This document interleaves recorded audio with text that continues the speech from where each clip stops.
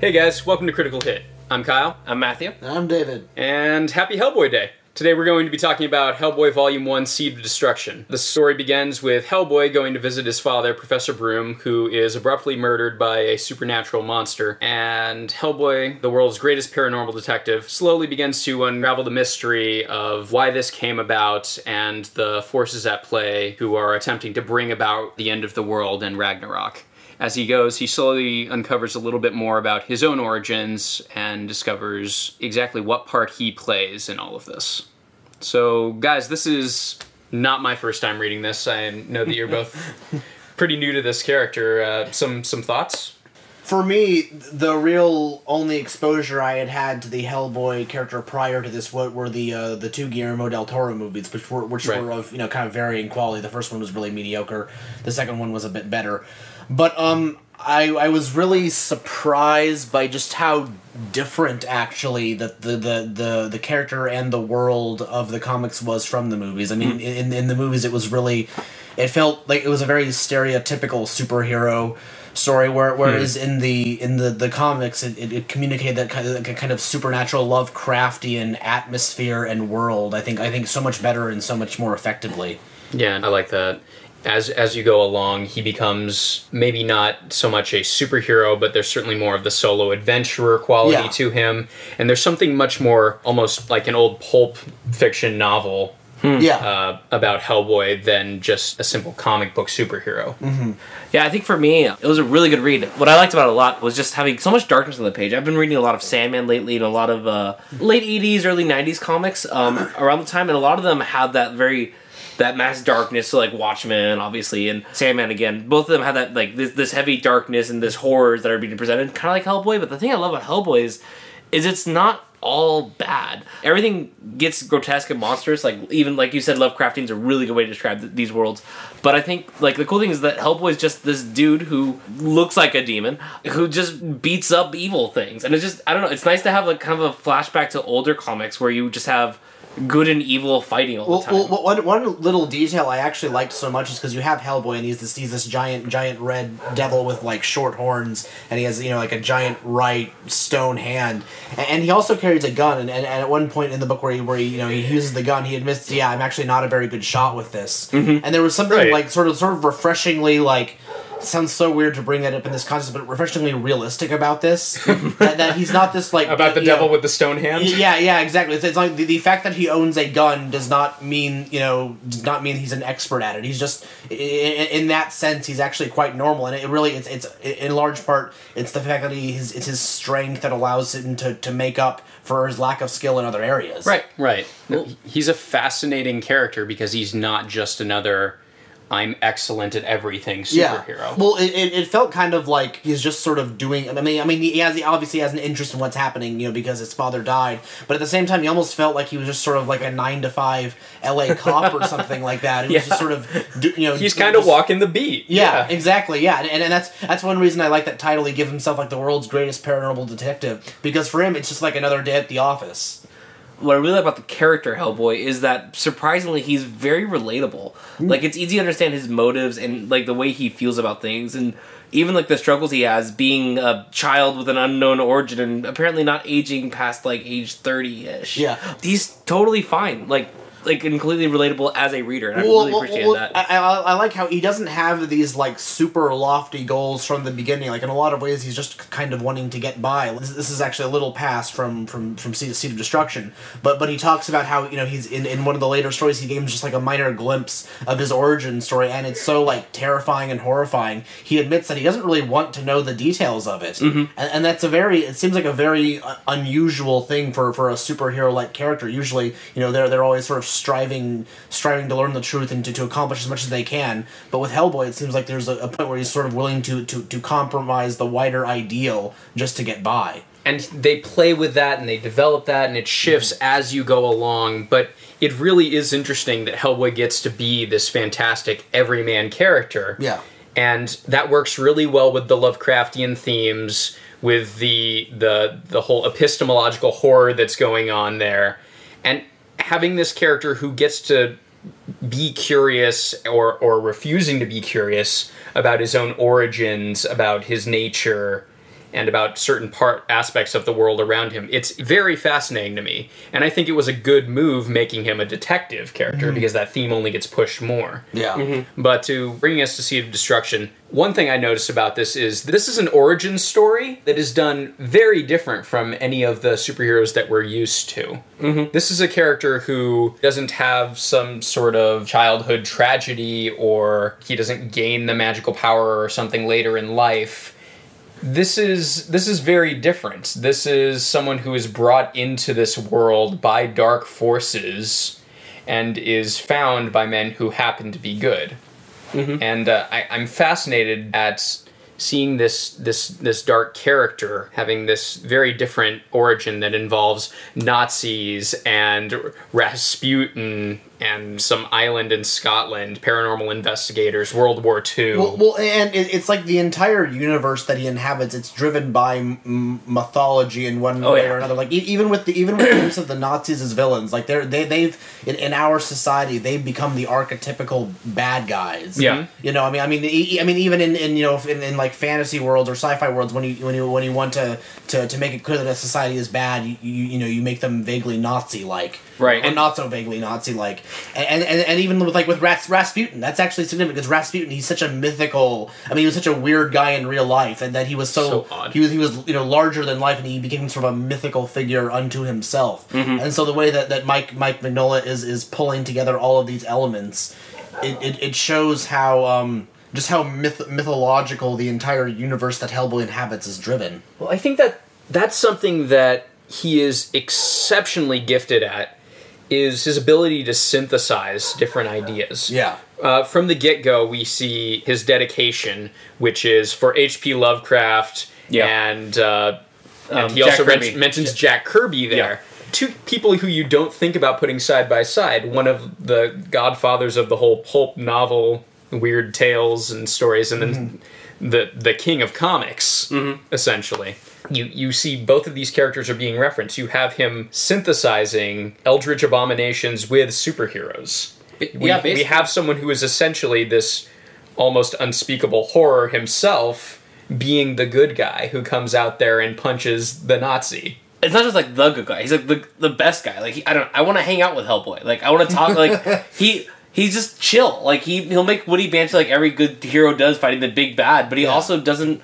He never backs down from a challenge. And it's really cool to see, just like you just said, how there's this thing that probably came from literal hell being our hero of the story. I love seeing Lovecraft themes displayed in the comic medium. The first entire volume is done with a dark background, all black. Very, very daring experiment. And sometimes you might see the eldritch horrors that are the things pushing for domination of this world. But they're all tangled and masked, and I love seeing the incomprehensible comprehension that way. But that's the thing, the art style, the dark background, so that works so well in establishing the mood.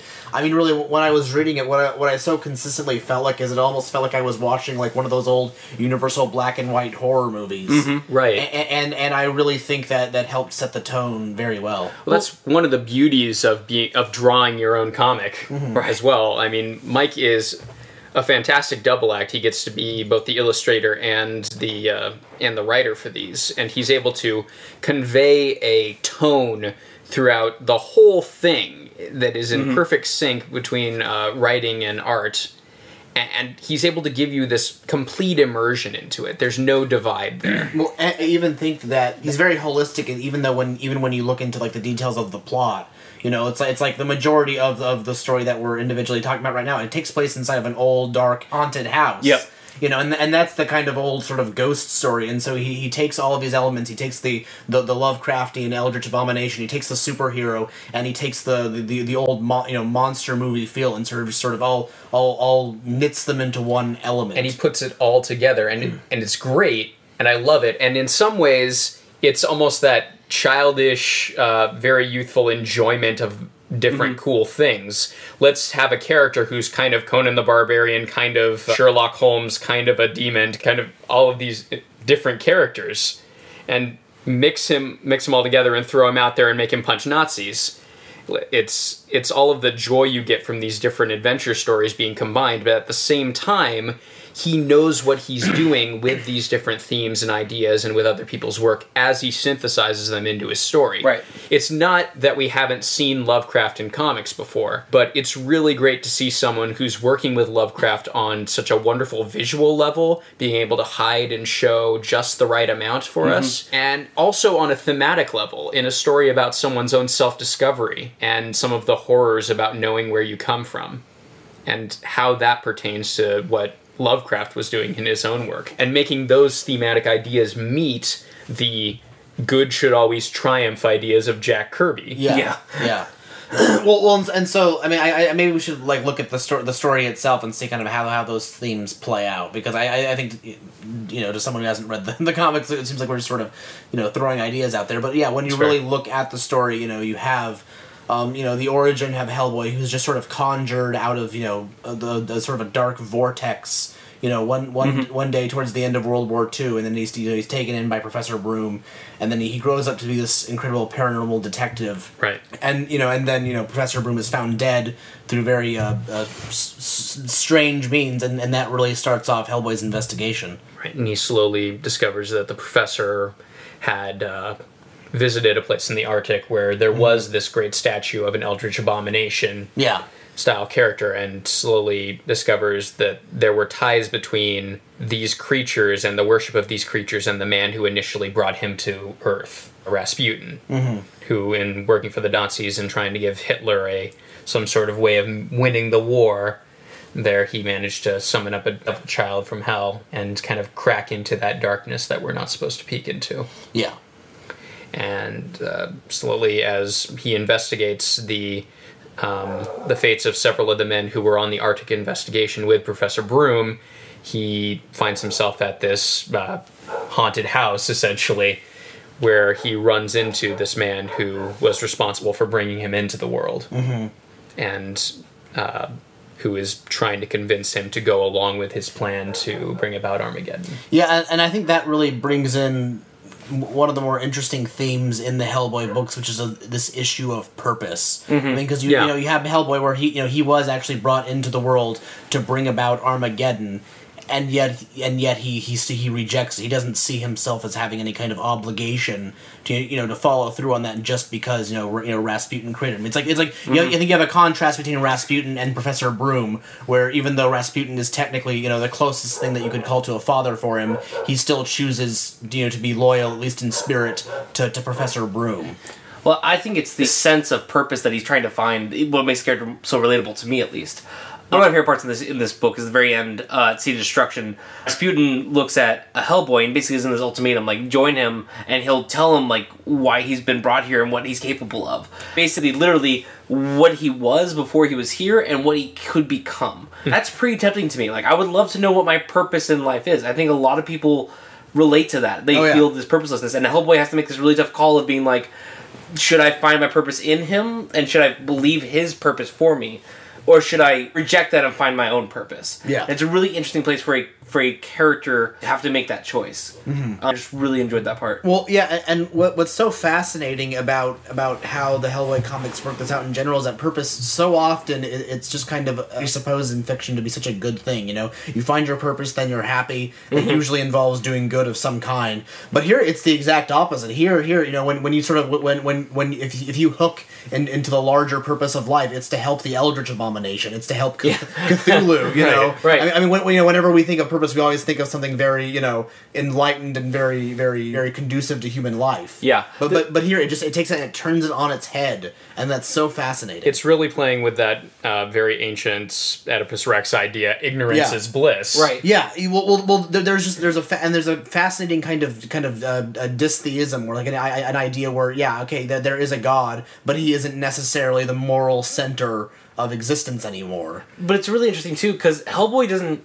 Like, he has this ultimatum presented to him, like, find out his purpose or not. But he doesn't have, like, a breakdown like you'd expect in a normal, story. Like, just like, oh my gosh, what is my reason for existing? No, he just keeps doing what he's doing. Like, the cool thing about Hellboy is that it's okay that his life is going to a 9-to-5 job and coming home. Yeah. Like, he's okay with not having that, like... Granted, coolest 9-to-5 job ever. Absolutely. It's fantastic.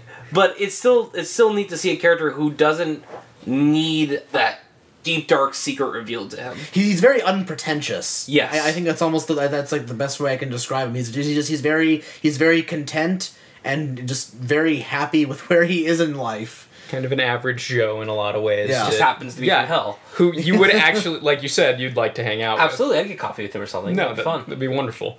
But there's so much going on with this character and with this comic, but what I'd really like to talk about is what makes Hellboy so special in the realm of comics. Because in the past 20 years, we have not seen a character like him. He is completely in a league of his own. He is forced his way up to the top with characters who have been around for several more decades than him. Guys like the Avengers, guys like Batman and Superman even.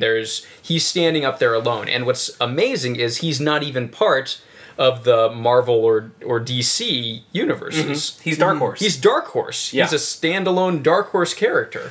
Which is really interesting to me because I wouldn't even qualify him as a superhero or necessarily even a hero. Like the closest thing I would associate is a detective, but like, he's a because character. of where he goes further. I'm going to stick with the hero thing. Okay, yeah. But for me, from where I'm at least, he's a character like this story is beautiful to me because it crosses the medium of storytelling that everyone expects in comics, superheroes. And goes into its own like dark like mythologies, detective story. That's great. But it combines them. It doesn't like leave either one together. It's like for me, like I love it because as a superhero fan, like I've read all those books. Going to this one, I really enjoyed it, even though it wasn't the standard superhero comic I wanted. Well, yeah. I mean, when you're talking about standard superhero, I mean, I'm not a huge comic book guy, but pretty much all of the comics stuff I've read has been like Alan Moore, right? And even for me, with where I've read very little of, I guess what you'd call like the mainstream kind of Avengers, Marvel, DC stuff. At the same time, I still recognize that I was reading something completely different from the norm. Like even in my limited experience, I could tell I was reading something really special. I mean, he has the characteristics of a superhero. Yeah, I would say he has like the personality we desire. So he's got like the wit like Spider-Man. He's got the justice goodness of a Superman, Captain America. Yeah. But he also works for the government, whatever. Like he does a lot of the things that I would expect of a superhero, but he also just brings up these other things. He has that average guy attitude of Wolverine, even. Right. There's just all of these different qualities. He doesn't wear a costume, he just wears a trench coat. Right, he's not in like spandex or anything. He's not flying with a cape. Yeah. Like, and also, like, even at times when the weight of the world's on his shoulders, he doesn't act like the weight of the world's on his shoulders. He acts normally. Yeah. And it's really interesting to see that. Yeah. At the same time, he cares. Yeah, absolutely. And that's really good to see, too. He's not just the anti-hero character. No. Coming out there. But I personally think this is a really... I can see why it's been such a popular comic for so long, is because it's demonstrating, once again, the beauty of this medium of storytelling of comic books is that it's not just confined to superheroes. Right. That we can tell many stories, even with elements of the superhero story, but we still tell different stories in this wonderful way of storytelling. Well, I find it interesting. Dave brought up what comic he's been exposed to are those by Alan Moore, and Alan is a fan of Hellboy. He's a very big fan of it. He loves the art style. He loves what's being done. He loves its sense of history. But I find it interesting because, as we know, comics shifted after Alan really came on the scene and wrote Watchmen. And everything took a darker turn. Absolutely. It's called the Dark Age of comics for a reason. Right. The modern age is the Dark Age. Yeah. As it were. There are merits to a lot of what's come out, and I'm not going to discredit an entire decade or so of comics.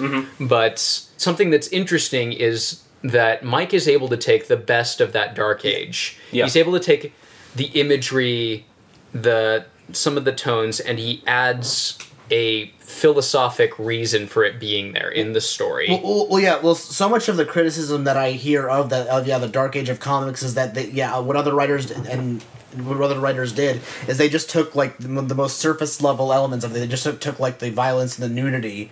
Yeah. And yet with Hellboy, there's virtually no nudity, and it isn't even really that violent either. If there's combat, but I wouldn't say it's there's combat. I mean, there's very little. Like none of it's really gratuitous. It's all about atmosphere and the kind of thing that you have to. That's much more neatly threaded throughout the pages. Like it's so much more skillful. But then But in the way that Watchmen was a criticism to that particular age, in some ways. Hellboy is a criticism to this one. Exactly. There's a lot going on here. There's thought behind its use of darkness, and yet it's still a good character. So it's grabbing onto those timeless ideas of what's going on with comic books and what's going on with the superhero, and putting it in this very dark, very hopeless environment that Watchmen and some of those other comics from that time were putting there. It's the mentality he's of it. living in that world, but he's still very Jack Kirby in a lot of ways. Absolutely, it's the mentality of a Golden Age comic told in the Dark Age. Like it has the dark themes and imagery of like I said, Sandman, Watchmen, like those kind of heavy duty books that started this whole thing, and we've continued on with it. But it has the darkness in there, but it also goes back to the basics and says, no, there's good and there's evil. And the thing you do with evil is you punch it. And don't despair that sometimes you're evil too. The job is to overcome your evilness and be good. Right. And I just love that. I have a hero who doesn't... He's not despairing over the fact that he's from hell. Like, he's not despairing over the fact that he's made mistakes. He has a purpose, and that purpose is there's good and there's evil. And my job is to punch evil. Yeah. And that's just a nice, refreshing thing to hear in a time in storytelling when every hero is fallen and everyone makes mistakes. It's nice to have a hero who says, yeah, I make mistakes, but doesn't mean I don't stop doing the right thing. It's interesting with Hellboy, he's fallen only on the most surface possible level. Exactly. He doesn't have these horrible soul problems. It's kind of the exact opposite of actually of what's been happening with comics over the last 20 or 30 years, where all of the Golden Age superheroes are having to be reimagined as these dark, violent, tormented characters. Where on the surface they're the traditional heroes, but on the inside they're just worse people. With Hellboy, it's the exact opposite. On the surface, he's a demon, but on the inside, he's just a really, really great guy. And in a respectful way, I think it pushes back against the Dark Age authority of your characters have to be tormented and evil in a way for them to be anyone at all. Like a real person has to be conflicted and have inner evilness. This character is one who is innerly good, I would say, good-natured. It also does what the Dark Age does very well, which is violence and frightening imagery, but it does it in an incredibly artistic way. Yeah. It's very, very, very different. You get the blood, you get the gore, but with this art style, it's never gratuitous. Everything has a reason, and it's not there just to make you uncomfortable for being uncomfortable's sake. There are so many reasons to like these comics. I honestly cannot get enough of it. I'm still waiting for new issues to keep coming out. He just keeps on taking this character from one turn to the next. I really hope you guys keep on reading it. Oh, yes. Because this is just... If Batman hadn't gotten there first, I would say he's my favorite character. Yeah. So this is one comic book that I cannot get enough of. So, any closing thoughts, guys? Yeah, I was actually really impressed with I had a really lukewarm reception to the movies, and so I wasn't really expecting how much I really enjoyed reading the comics. I mean, this doesn't mean as much for me since I don't read much, but he really is my favorite comic book character as it is. And so I think that I think I'm hooked, and I'm really glad that we did this because I feel like I got a wonderful opportunity to just gain a new look into this entire world. I think for me, besides all the many stuff we talked about and how it makes this wonderful nod to the past while also creating its own story out of it without stepping on toes. I just love how easy this comic is to read and keep going through. I'm digging it. I was really thinking about this today. I think this is a really good comic for beginners to get into. Because if you're into or people who are into superhero comics, if you're into superhero comics, this is not that far off the beaten path that you're gonna not like it. But if you're not into superhero comics, you're gonna like this story too. It has a little bit of everything for everyone, and I think for people who aren't into this medium and don't understand what's so special about it, this series is a really good one to get into because it shows how both the words and the images express the story in a beautiful, beautiful way. One little thing that we didn't mention when we were talking about how what's special about this is that this is pretty darn creator controlled so far as comics go. Yeah. This isn't like Batman, Superman, Spider-Man, where there have been 50 plus different writers over the years telling their versions of the character, altering him as they go back and forth. This is one overarching story of Hellboy, and you get these great epic individual issues. You also get a lot of really cool short fiction that he does, which is really cool to see in comic book. I could just keep going on and on about why I love this character, and it would turn into a wonderful just nerd fest with that. But I guess the best thing to end with saying is thank you, Mike, and happy birthday, Hellboy. And we'll see you guys next time. Happy Hellboy Day.